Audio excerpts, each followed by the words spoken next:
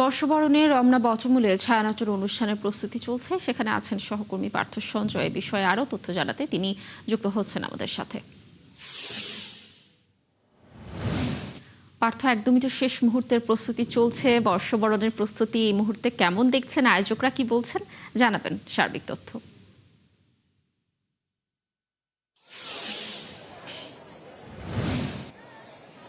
ধন্যবাদ। আমরা রয়েছি চৈত্র সংক্রান্তির দিনে রমনার ছায়াতলে ছায়ানটের বর্ষবরণ প্রস্তুতির শেষ মহড়ার অর্থাৎ চূড়ান্ত মহড়ার ক্ষণটিতে। আপনি দেখতে পাচ্ছেন এই মুহূর্তে মঞ্চে 1433 বাংলার প্রথম প্রভাতে মঞ্চ যেভাবে সাজবে ঠিক সেইভাবে আসন বিন্যাসটি করা হচ্ছে এবং সে আসন বিন্যাসে প্রায় 200 শিল্পী 2 ঘন্টা আয়োজনে অংশ নেবে এবং সে আসন বিন্যাসটি চলছে। এখনও মহড়াটি ঠিক শুরু হয়নি এবং সে বিন্যাসে কী কী থাকছে আমরা জানবো, কিন্তু চূড়ান্ত মহড়াটা চলছে এবং সেই মহড়ায় প্রায় যদি বলি যে 2 মাস ব্যাপী মহড়া চলেছে এবং সেই মহড়ায় শেষ প্রায় চূড়ান্ত মহড়া চলছে। আমরা যুক্ত হব সেই মহড়ার খুঁটিনাটি জানতে।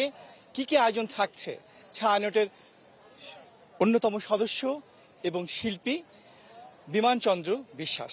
বিমানচন্দ্র বিশ্বাস, আপনাকে চৈত্র সংক্রান্তির শুভেচ্ছা। আগামীকাল নতুন প্রভাতে আমরা বাংলা নববর্ষকে স্বাগত জানাবো। ছায়ানটের চূড়ান্ত মহড়ার প্রস্তুতি চলছে, ঠিক কি কি আয়োজন থাকছে? 1433 বর্ষবরণ অনুষ্ঠানে ছায়ানটে এবছর আমাদের প্রায় 200 জন শিক্ষক অংশগ্রহণ করছে। সকালের সুরের গান দিয়ে শুরু হবে আমাদের অনুষ্ঠান। তারপর থাকছে রবীন্দ্রনাথের গান, কবি নজরুলের গান, থাকছে এই বছর সলিল চৌধুরীর গান, থাকছে মতলুব আলীর গণসঙ্গীত, যিনি 1971 সালে মুক্তিযুদ্ধের সময় অনেক গণসঙ্গীত লিখেছেন। উনি কিছুদিন আগে সদ্য প্রয়াত হয়েছেন, তাকে শ্রদ্ধা জানিয়ে তার দুটো গান নিয়েছে এবং সলিল চৌধুরীর জন্ম শতবর্ষ চলছে, তাকে শ্রদ্ধা জানিয়ে দুটো গান নিয়েছে এবং শেষের দিকে থাকছে লোকসুরের গান। এবছর আমাদের এই মহড়াটি প্রায় ধরুন 8-9 মাস আগে থেকেই শুরু করেছি, আর প্রায় 3 মাস আগে থেকে নিবিড়ভাবে সেই প্রশিক্ষণ দিচ্ছি। আমাদের শিক্ষার্থীরা অত্যন্ত নিষ্ঠার সঙ্গে গানগুলো তারা কণ্ঠে তুলেছে এবং সেই সঙ্গে অভিভাবকরা যথেষ্ট সময় দিয়েছে এই 3 মাস ধরে। তো তারা অত্যন্ত আন্তরিকভাবে গানগুলো তুলেছে। আগামীকাল ঠিক 6:30টায় আমাদের এই বর্ষবরণ অনুষ্ঠান এই মঞ্চে উপস্থাপন করা হবে। আশা করি ভালো একটা অনুষ্ঠান উপহার দিতে পারব। বলছিলেন বিমানচন্দ্র বিশ্বাস। নিবিড় যে প্রস্তুতি, সেই প্রস্তুতির আসলে সমাপনী বলা যায়।